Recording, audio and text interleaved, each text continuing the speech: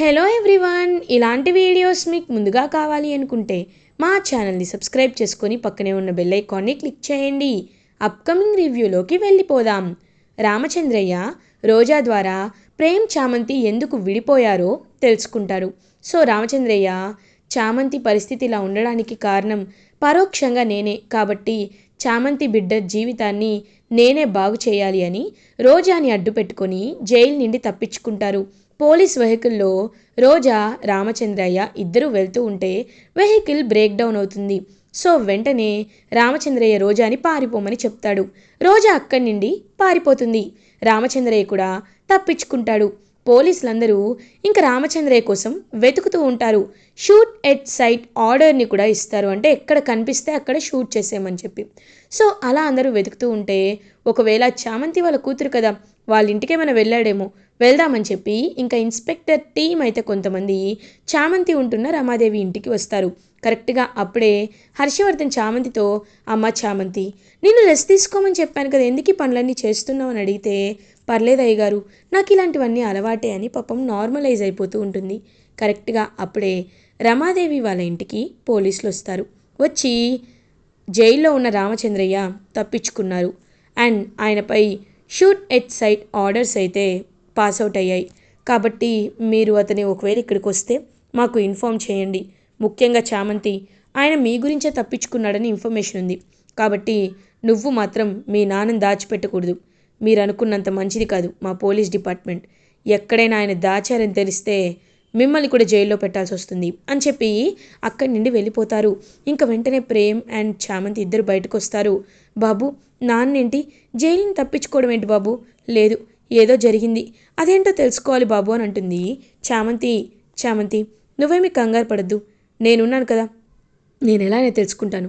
అయినా మీ నాన్నగారు తప్పించుకొని ఎక్కడికి వెళ్ళుంటారు, ఏం చేస్తూ ఉంటారు, నాకేమీ అర్థం కావట్లేదే అని ఆలోచిస్తూ ఉంటే అప్పుడే కరెక్ట్గా చిట్టి రోబో వస్తుంది. వచ్చి, ప్రేమ్, ఎవరి గురించైనా ఆలోచిస్తున్నారా? నాకు ఏఐ బిల్ట్ అవుట్ అయింది కాబట్టి నేను నీకు ఇన్ఫర్మేషన్ ఇవ్వగలను అని అంటారు. రేయ్ చిట్టి, రామచంద్రయ్య గారు అరెస్ట్ అయ్యి తప్పించుకున్నారు కదా, ఒకసారి ఆ వెహికల్ నెంబర్ అది ఎక్కడైనా ఒకసారి చెప్పు అని అంటారు. ఆయన పోలీస్ స్టేషన్ నుండి పోలీస్ వెహికల్తో తప్పించుకున్నారని తెలిసింది కాబట్టి అని ఇంకా వెహికల్ని ట్రేస్ అవుట్ చేస్తాడు. చేసేసరికి క్లియర్గా ఉంటుందన్నమాట ఈ ప్లేస్లో ఉన్నారని చెప్పి. ఇంక చెప్పేసరికి చామంతి అండ్ ప్రేమ్ ఇద్దరు రామచంద్రయ్య హైడౌట్ అయ్యి తప్పించుకున్న ప్లేస్కి అయితే బయలుదేరుతారు. కరెక్ట్గా అప్పుడే రామచంద్రయ్య పరుగు పరుగున అడవిలోకి వెళ్తూ ఉంటే పోలీస్ ఒకరు రామచంద్రయ్య కాళ్ళపై లెగ్స్ పై షూట్ చేస్తారు. పాపం రామచంద్రయ్య కాలికి గాయం అవడం వల్ల బ్లడ్ వస్తూ ఉంటుంది. హెవీ బ్లీడింగ్ అవుతున్నా అలా కుంటుకుంటూ అడవిలోకి పరిగెత్తుకుంటూ వెళ్ళిపోతూ ఉంటారు రామచంద్రయ్య. ఇన్స్పెక్టర్, వదిలిపెట్టను, నా జైలు నిండే తప్పించుకుంటాడా అని చెప్పి కోపంతో రగిలిపోతూ ఉంటారు. కరెక్ట్గా అప్పుడే చామంతి, ప్రేమ్ రామచంద్రయ్య ఉంటున్న ప్లేస్కి రీచ్ అవుతారు. రీచ్ అయ్యి ఇన్స్పెక్టర్తో మాట్లాడుతూ ఉంటారు. సార్, మా నాన్న చాలా మంచివారు సార్, ఆయన ఎప్పుడూ కావాలని ఇలా చేయరు, ఆయన చెయ్యని నేరానికి ఇన్ని రోజు శిక్ష అనుభవిస్తున్నారు. తప్పించుకోవాలంటే ఎప్పుడో తప్పించుకోవచ్చు, కానీ మా నాన్నకి అక్కడేదో పొరపాటు జరిగింది, అదేంటో నేను తెలుసుకుంటాను. ముందు మా నాన్నని కనపడితే అరెస్ట్ చేసి తీసుకువెళ్ళమని చెప్పండి, అంతేకాని చంపమని చెప్పొద్దు సార్ అని బ్రతిమలాడుతుంది చామంతి. చూడండమ్మా, మా చేతిలో ఏమీ లేదు, ఇకంతా మా సార్ చేతిలోనే ఉంది. మా సార్ ఇప్పటికే రామచంద్రయ్యపై చాలా కోపంగా ఉన్నారు, నేనేం చేయలేనమ్మా అనేసరికి పాపం చామంతి అండ్ ప్రేమ్ ఇద్దరు పరుగు పరుగున బయలుదేరి వెళ్తూ ఉంటారు. అప్పుడే కరెక్ట్గా చామంతికి బ్లడ్ మార్క్స్ అయితే కనబడతాయి. కనబడేసరికి వెంటనే, బాబు, ఇది మా నాన్న అనేసరికి, చామ్ రా చామ్, ఫాలో అవుదామని చెప్పి ఇంకా బ్లడ్ మార్క్స్ని అయితే ఫాలో అయ్యి బయలుదేరుతారు చామంతి అండ్ ప్రేమ్. అలా ఫాలో అయ్యి వెళ్ళేసరికి అక్కడ ఒక ఇల్లు కనబడుతుంది. అప్పటికే రామచంద్రయ్య ఇంకా అక్కడ దండానికి ఉన్న బట్టలు మొత్తం తీసుకొని ఆ రూమ్ లోపలికైతే వెళ్ళిపోతాడు. వెళ్ళిపోయి ఇంకా వెంటనే అలా డోర్ లాక్ చేసేసుకుంటాడు. చామంతినే ఫాలో అవుతున్న వీళ్ళు ఇన్స్పెక్టర్ టీం, పోలీస్ టీం కూడా చామంతితో పాటు అక్కడికి వస్తారు. బ్లడ్ మార్క్ ఇక్కడితో ఆగిపోయిందంటే ఖచ్చితంగా ఇక్కడే ఉండుంటాడు, కాబట్టి పద వెళ్దాం అని లోపలికి వెళ్ళి గన్ తీసుకొని వెళ్తూ ఉంటారు. సిఐ అయితే, సార్ ప్లీజ్ సార్, మా నాన్నని అరెస్ట్ చేయండి సార్, అయినా ఆయన కాళ్ళకి దెబ్బ తగిలింది, ఆయన్ని మీరు హాస్పిటల్కి తీసుకువెళ్ళాలి సార్ అని అంటారు. చాలే ఊరుకోవమ్మా, హాస్పిటల్కి తీసుకువెళ్ళాలా? ఒక ఖైదీ ఒక ఆవిడ్ని అడ్డం పెట్టుకొని బయటికి వచ్చాడు, మా పోలీసులనే బెదిరించాడు. అలాంటి అతన్ని మేము ఎందుకు ఎందుకు వదిలిపెట్టాలి? నా పరువు అంతా తీసేశాడు. కాబట్టి ఇవాళ నా చేతిలో అయిపోతాడు మీ నాన్న అని చెప్పి వెళ్తూ ఉంటే పాపం చామంతి ఆ సిఐ కాలు పట్టుకుంటూ ఉంటుంది. సార్ ప్లీజ్ సార్ మీ కాలు పట్టుకుంటాను, మా నాన్న తెలిసి తప్పు చేయరు సార్, ఏదో జరిగింది సార్ అనేసరికి వదలమని చెప్పాను కదమ్మా, వదలని చాలాసార్లు అడుగుతాడు. బట్ ఎంతకీ చామంతి వదలకపోవడంతో ఇంకా చామంతి చెంపపై కొడతారు ఆ సిఐ. అయితే వెంటనే ప్రేమ్కి చాలా కోపం వస్తుంది. కోపం వచ్చి ఆ సిఐ కాలర్ పట్టుకుంటాడు. కాలర్ పట్టుకొని ఏయ్ ఎందుకు నా కాలర్ పట్టుకున్నావు అని అడుగుతారు సిఐ. సార్, ఒక ఆడపిల్లపై చేసుకుంటున్నారు, అయినా తను మిమ్మల్ని ఏమడిగింది? గాయాలతో ఉన్న ఖైదీ తప్పించుకున్నా మీరు చేయాల్సిన ప్రైమరీ రెస్పాన్సిబిలిటీ ఆయన్ని హాస్పిటల్కి తీసుకువెళ్ళడం, ట్రీట్మెంట్ ఇప్పించడం, ఆ తర్వాత ఆయన్ని జైలుకి తీసుకువెళ్ళడం. అంతేకాని ఆయన మీ కళ్ళ ముందే లొంగిపోయినా ఎందుకు మీరు షూట్ ఎట్ సైడ్ ఆర్డర్ మీ చేతిలో ఉంది కదా అని ఆయన ప్రాణాలు తీయాలనుకుంటున్నారు? మీ ఈగో కోసం ఒక నిండు ప్రాణం తీయాలనుకుంటారా మీరు? ఇది తప్పు, గుర్తుపెట్టుకోండి. ఇక్కడ ఉన్నది ప్రేమ్, లాయర్ ప్రేమ్. ఆయన ప్రాణాలు మీరు ఎలా తీస్తారో నేను చూస్తాను అని అంటాడు ప్రేమ్. ఏంటి ఎక్కువ చేస్తున్నావు? అంటే ఇప్పుడు వాడిని మేము హాస్పిటల్కి తీసుకువెళ్ళి భజన చేయమంటావా? నువ్వు ఎక్కడైనా కంప్లైంట్ ఇచ్చుకోనకు అవసరం లేదు, నేను వాడిని చంపేస్తాను అని వెళ్ళబోతుంటే కరెక్ట్గా అప్పుడే ఇంకా రామచంద్రయ్య అయితే వెనకాల ఇంకొక డోర్ ఉండేసరికి మొత్తం తన డ్రెస్ అంతా చేంజ్ చేసేసుకొని అక్కడి నుండి ఎస్కేప్ అయిపోతాడు. ఇంకా రూమ్లోకి వెళ్ళి చూసేసరికి అక్కడ ఎవ్వరు కనిపించరు. తప్పించుకున్నాడు, బట్టలు కూడా ఇక్కడే ఉన్నాయి అంటే డ్రెస్ చేంజ్ చేసుకొని వెళ్ళిపోయాడు. ఎక్కడికి వెళ్ళుంటాడు?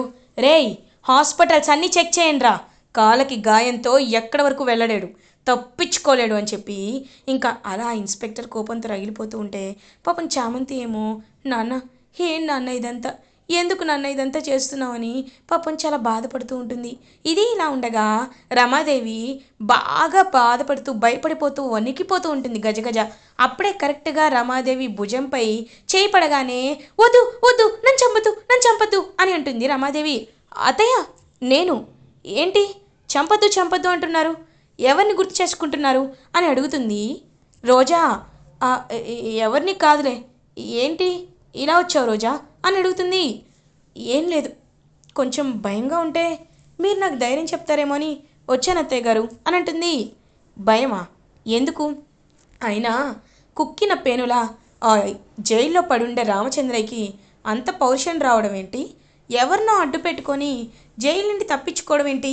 అసలు దీనికి కారణం ఏంటి అని అంటుంది రమాదేవి. అమ్మో, ఇప్పుడు నా వల్లే నాన్న బయటకు వచ్చాడని చెప్తే ఇవి నన్ను చంపేస్తుంది, అలా చెప్పకూడదు అని. ఏమో అత్తయ్య, అయినా ఆయన బయటకు వస్తే మనకెందుకు చెప్పండి అని అంటుంది రోజా. నీకేం తెలుసు? నాకు తెలుసు కదా, ఒక్కసారి రామచంద్ర బయటకు వస్తే పోయేవి నా ప్రాణాలు కదా అని మనసులో అనుకుంటుంది రమాదేవి. ఇది ఇలా ఉండగా నైట్ అయిపోతుంది. చామంతి ప్రేమ్ ఇద్దరు పాపం వెతుకుతూనే ఉంటారు. ఇంక రామచంద్రయ్య ఒక గుడిలో దాక్కుంటాడు. ఇంక గుడిలో పాపం దేవుణ్ణి చూస్తూ, స్వామి, నేను నమ్ముకున్నాను, పుట్టినప్పటి నుండి నేను ఎట్లాంటి పాపం చేయలే, నా గురించి పక్కన పెట్టు, నా చామంతి బిడ్డ ఎంతో మంచిది, మీకు తెలుసు కదా చామంతి గురించి, అది ఎన్ని కష్టాలు వచ్చినా తట్టుకుంది నా బిడ్డ అంత మంచి గుణం ఎప్పటికీ ఎవరికి ఉంటుంది. కాబట్టి ఎవరికి ఎలాంటి అన్యాయం చేయని, ఒకరంటే ఎప్పుడు కుళ్ళుకొని మంచిదైన పవిత్రమైన హృదయం కలిగిన నా బిడ్డ చామంతి జీవితాన్ని నువ్వే బాగు చేయాలి. ఆ త్రిపాఠి కొడుకుని పెళ్లి చేసుకుంటే నా బిడ్డ జీవితం నాశనం అయిపోతుంది, అలా జరగకూడదు అని పాపం మనస్ఫూర్తిగా కూర్చొని మనస్ఫూర్తిగా నమస్కారం పెట్టుకుంటారు రామచంద్రయ్య. అప్పుడే కరెక్ట్గా అదే గుడికి చామంతి కూడా వస్తుంది. వచ్చి అలా ఇంకా చూస్తూ ఉంటుందన్నమాట చామంతి. అప్పుడే కరెక్ట్గా రామచంద్రయ్య కనబడతారు. బిడ్డ చామంతి అని చామంతి దగ్గరికి వస్తారు రామచంద్రయ్య. నాన్న ఏం నాన్న నువ్వు కనీసం నాకు ఎందుకు నాన్న చెప్పలేదు, ఎందుకు ఇలా చేస్తున్నావు నాన్న అని అడుగుతుంది. అమ్మ బిడ్డ, నేను వచ్చింది నీకోసమే తల్లి అని అంటారు. నా కోసమా? ఎందుకు నాన్న అని అడుగుతుంది. బిడ్డ చామంతి, నీకు ఒక విషయం చెప్పమంటావా? నీకు నీకు చాలా చెప్పాలి బిడ్డ. ప్రేమ్ బాబు నువ్వు విడిపోవడానికి కారణం ఏంటో నేను తెలుసుకున్నాను బిడ్డ. కానీ ఆర్ రోజానే నాకు ఇదంతా చెప్పింది. ఏంటో తెలుసా? కావాలనే నన్ను చంపేస్తానని బెదిరించడం వల్లే నువ్వు ప్రేమ్ బాబు విషయంలో మాట తప్పావు కదా, నాకు తెలుసమ్మా అని అంటారు. ఒక్కసారిగా ఇంకా చామంతి షాక్ అయిపోతుంది. ఏం మాట్లాడుతున్నాను నాన్న? లేదు, అలా ఏమీ లేదు అని అంటుంది. బిడ్డ, నువ్వు అబద్ధం చెప్పొద్దు. నిన్ను ఆ గుణ బెదిరించాడనే నువ్వు ఇదంతా చేస్తున్నావు. నాకు అదంతా అర్థమైంది బిడ్డ. ఇప్పుడే ఈ విషయాన్ని వెళ్ళి ప్రేమ్ బాబుకి చెప్తాను అని ఇంక బయలుదేరుతూ ఉంటే అప్పుడే ప్రేమ్, సార్ మీరు ఇక్కడున్నారేంటి? రండి రండి, మీకు నేను హాస్పిటల్కి తీసుకువెళ్తాను. మీకోసం పోలీసులు అందరూ వెతుకుతున్నారు సార్ అని అంటారు. సార్, బాబు నీకు ఒక విషయం చెప్పాలి బాబు. చామంతి నిన్ను పెళ్లి చేసుకొని అనడానికి ఒక బలమైన కారణం ఉంది బాబు. ఆ కారణం ఏంటో తెలుసా? అదేంటంటే అదేంటంటే అని చెప్తూ ఉంటే అప్పుడే కరెక్ట్గా పోలీసులు వస్తూ ఉంటారు. ఇంకా వెంటనే అలా రామచంద్రయ్య, బాబు చామంతి మిమ్మల్ని ప్రాణం కంటే ఎక్కువగా ప్రేమిస్తుంది. అది మాత్రం నిజం బాబు. మీరు ఈ విషయాన్ని అస్సలు లైట్గా తీసుకోవద్దు. నేను నేను దొరికిపోతున్నాను. తర్వాత మీ ఇద్దరి పెళ్లి చేసుకొని రావాలి. ఆ గుణ వల్లే ఇదంతా జరిగింది బాబు అని ఒక్క ముక్కలో చెప్పేస్తారు. ఒక్కసారిగా ఇంకా అలా షాక్లో ఉండిపోతాడు ప్రేమ్. అంటే గుణ చామంతిని బెదిరించి మెడలో తాళి కట్టించుకోవాలనుకున్నాడా? అది కాకుండా మొన్న హాస్పిటల్లో కూడా అలాగే చేశాడు. ఖచ్చితంగా గుణ అయిపోయాడు నా చేతిలో అని ప్రేమ్ చాలా కోపంతో రగిలిపోతూ ఉంటే రామచంద్రయ్యని పోలీసులు అయితే అరెస్ట్ చేస్తారు. ఇంకా రామచంద్రయ్యపై చేయి చేసుకోవాలనుకునే లోపు, సార్ తనపై మీరు చేయి చేసుకోకూడదు, తెలుసు కదా, హ్యూమన్ రైట్స్ వాళ్ళు నాకు బాగా క్లోజ్. ఒక్క ఫోన్ చేశానంటే మీ ఉద్యోగం ఊడిపోతుంది అని ప్రేమ్ అంటాడు. సరే, గౌరవప్రదంగా తీసుకెళ్ళాలి అనేసరికి, లేదు మీరు మధ్యలో కూడా ఏం చేయరని గ్యారంటీ ఏంటి? అందుకే నేను తీసుకెళ్ళే వరకు నేను వస్తానని ఇంకా అలా తన్నైతే తీసుకువెళ్తూ ఉంటారు. ప్రేమ్ చామంతి ఇద్దరు కలిసి ఇంకా అలా తన్ని తీసుకువెళ్తారు. జైల్లో జాగ్రత్తగా ఇంకా పాపం రిలీజ్ చేసేంతవరకు అక్కడే ఉండి అప్పుడు వచ్చేస్తారు ప్రేమ్ అండ్ చామంతి. ఇంకా అలా చూస్తూ ఉంటాడనమాట ప్రేమ్. ఆ గుణగాడు కావాలని ఇదంతా చేశాడు కాబట్టి ఆ గుణ సంగతి తర్వాత చెప్తాను. ముందైతే నాన్న పరువు నిలబెట్టాలి అని చామంతి వైపు ప్రేమగా చూస్తూ, చామ్ నాకు తెలుసు చామ్, నువ్వు ఎప్పటికైనా నాదానివే అని నాకు తెలుసు. ఒక్కసారి ఈ పందెంలో గెలిచాక నీ మెళ్ళో తాళి కడతాను చామ్ అని మనసులో అనుకుంటాడు ప్రేమ్. ఇంకా అలా చామంతి ప్రేమ అయితే ఇంటికి రీచ్ అవుతారు. అప్పుడే ఇంకా చంద్రిక దగ్గరికి వచ్చి చందు అని చంద్రికని హక్ చేసుకుంటాడు ప్రేమ్. బాబు ఏమైంది, ఇంత హ్యాపీగా ఉన్నారు అని అడుగుతుంది. చందు, నేను అనుకుంది నిజమే చందు. చామంతి కావాలని ఇదంతా వాళ్ళ నాన్న ప్రాణాలు పోతాయనే చేసింది బాబు అని చెప్పి ఇంకా మొత్తం జరిగిందంతా చంద్రికకి చెప్తాడు ప్రేమ్. ఒక్కసారిగా చంద్రిక హ్యాపీగా ఫీల్ అవుతుంది. నాకు తెలుసు బాబు, చామంతి మీరు ఒకరి కోసం ఒకరు పుట్టారు. ఖచ్చితంగా మీ ఇద్దరి పెళ్ళిని హర్షవర్ధన్ అయ్యగారికి చెప్తే అయ్యగారే జరిపిస్తారు. మీరేం కంగారు పడకండి అని పాపం ధైర్యం చెప్తుంది చంద్రిక. ఇది ఇలా ఉండగా నెక్స్ట్ డే మార్నింగ్ అవుతుంది.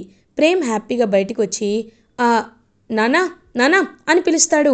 ఇంకలా హర్షవర్ధన్, రామాదేవి, రోజా అందరూ వస్తారు. నాన్న ఇవాళ మన షాప్ ఓపెనింగ్ కాబట్టి నువ్వు కూడా రావాలి కదా అని అంటారు. అప్పుడే కరెక్ట్గా ఇంకా హర్షవర్ధన్తో పాటు రమాదేవి కూడా చూస్తూ ఉంటుంది.